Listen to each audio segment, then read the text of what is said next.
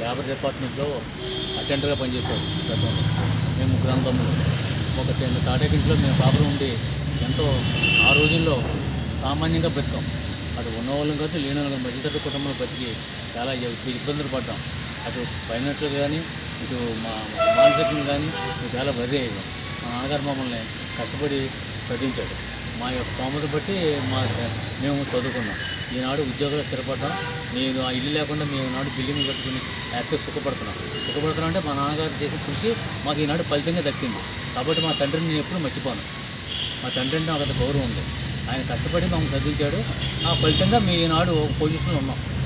ఈనాడు దేవారం మా సొంతూరు కాదు, మేము ఎక్కడి నుంచి వచ్చాం. దేవారం స్థిరపడ్డాం. మా అన్నదమ్ముల్లో ముగ్గురులో ఒక ఆయన సబ్ ఇన్స్పెక్టర్ పోలీస్ చేసి రిటైర్ అయ్యాడు. ఒక తమ్ముడు, అతను కూడా డబ్ల్యూజీబీ కాలేజీ చదువుకున్నాడు. డిగ్రీ చేసి ఎస్ఐ చేసి గుంటూరులో రిటైర్ అయ్యాడు. అతను కూడా బిల్డింగ్ అన్నీ కూడా శుభ్రంగా హ్యాపీగా ఉన్నాడు. అతను కూడా, నేను కూడా హ్యాపీగా ఉంటున్నాను. పిల్లలతోటి, మా మనవలతోటి హ్యాపీగా ఉంటున్నాను. అదేంటి మా పరిస్థితి. ఇది అంతా మేమంతా ఇలా ఉన్నారు కారణం మా తండ్రి గారు చేసే కృషి. ఇది మాదేం కాదు, మా తండ్రి ఆశీస్సు. ఈ రోజున ఫాదర్స్ డే అంటే ఫాదరు పరిస్థితిని బట్టి మనం ఈనాడు ఇలా ఉన్నాం. మా ఫాదర్ బ్రిటిష్ టైంలో 1923లోనే ఉద్యోగంలో చేరి మరి పైకి వచ్చినవాడు.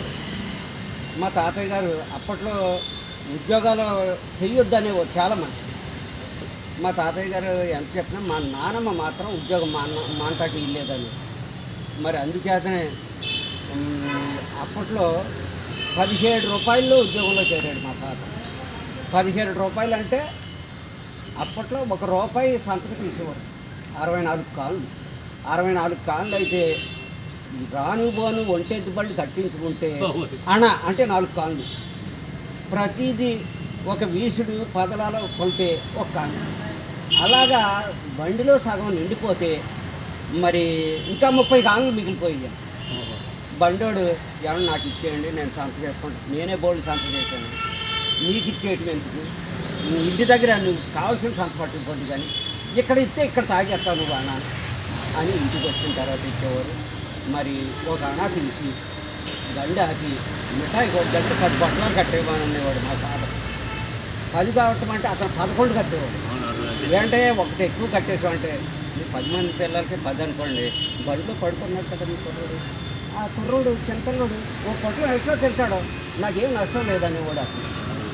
అలాగా మరి 7 ఆడపిల్లలతో 4 మగవాళ్ళతో అప్పుడు కుటుంబ నియంత్రణ లేదు కాబట్టి 11 మందిని పెంచి పెద్ద చేసి మా ఫాదర్ చేసిన మంచి పని ఏంటంటే ఆస్తి కొంచెం కూడా అమ్మలేదు. అలా పెంచి పెద్ద చేశారు. అంచేత ఈ అవకాశం మీరు అందరూ నాకు ఇచ్చినందుకు మీ కృతజ్ఞతలు సార్.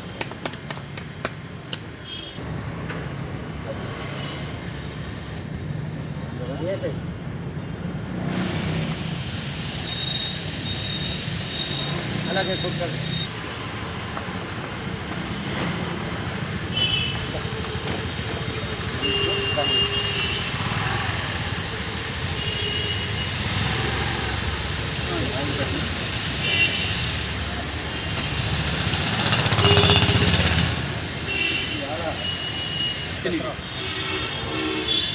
కదా